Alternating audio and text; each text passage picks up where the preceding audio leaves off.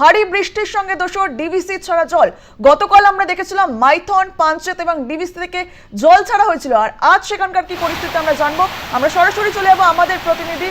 তবে আপনাদেরকে আরো একবার জানিয়ে রাখি, পাঞ্চেত এবং মাইথন থেকে এবং ডিভিসি থেকে জল ছাড়া হয়েছিল। দুর্গাপুর ব্যারেজ থেকে জল ছাড়ার পরিমাণ আরো বাড়লো এমনটাই জানা যাচ্ছে।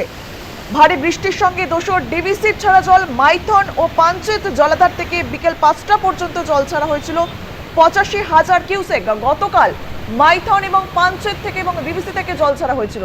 দুর্গাপুর ব্যারেজ থেকে বাড়লো জল ছাড়লো 82,000। দুর্গাপুর ব্যারেজ থেকে বাড়লো জল ছাড়ার পরিমাণ এমনটাই জানা যাচ্ছে। আমরা সরাসরি চলে যাবো এই বিষয়ে কথা বলবো।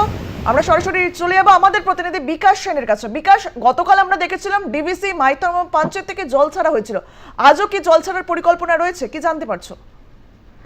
দেখো, এখনো পর্যন্ত আজ সকাল 9টায় 93,000 কিউসেক জল নতুন করে ছাড়া হয়েছে। যেহেতু পাঞ্চেত থেকে 1,14,000 কিউসেক জল সকাল 6:30টায় ছাড়া হয়েছে, তাই এই মুহূর্তে আবার নতুন করে ব্যারেজকে জল ছাড়তে হলো 9টার সময় 93,000 কিউসেক।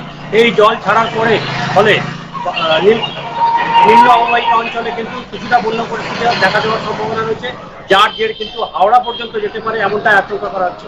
গতকালই রাজ্যের সচিব পর্যায়ে বলা হয়েছে যে ডিভিসি বেশি পরিমাণ জল ছাড়লে কিন্তু নিম্ন অববাহিকা অঞ্চলে অর্থাৎ পূর্ব বর্ধমান অঞ্চলে কিন্তু বন্যা পরিস্থিতি দেখা দিতে পারে। কাজেই ডিভিসিকে কিন্তু জল ছাড়তেই হবে, কারণ ব্যারেজের যে জল আসছে সেটা কিন্তু তেলুঘাটের পাশাপাশি পাঞ্চেত থেকেও জল এসে হিট করছে। কাজেই পর্যায়ে এই জল বেলা বাড়তেই ছাড়তে হবে ডিভিসি। বিকাশ, এই যে জল ছাড়ছে, এই জল ছাড়ার কারণে কোন কোন জায়গা প্লাবিত হতে পারে বলে মনে হচ্ছে? নতুন করে প্লাবিত হওয়ার একটা সম্ভাবনা খুবই কম, কারণ হচ্ছে বেশিরভাগ জায়গাতে যেটা দেখা যাচ্ছে যে বৃষ্টিপাত অনেকটাই কমে গিয়েছে। ঝাড়খণ্ডেও বৃষ্টিপাত কমে গিয়েছে এবং দুর্গাপুর, আসানসোল, পূর্বাঞ্চলে বৃষ্টির পরিমাণ কমেছে। কিন্তু জল ছাড়তে হবে, কারণ পাঞ্চেতে প্রচুর পরিমাণে জল জমে রয়েছে, সেই জল লকগেটের মাধ্যমে নিষ্কাশন করতে হবে। দুর্গাপুর ব্যারেজও সেই কাজটাই করছে, কারণ চাপ কমাতে হবে দুর্গাপুর ব্যারেজের লকগেট থেকে। বেশ, নজর রাখো, ধন্যবাদ তোমায়।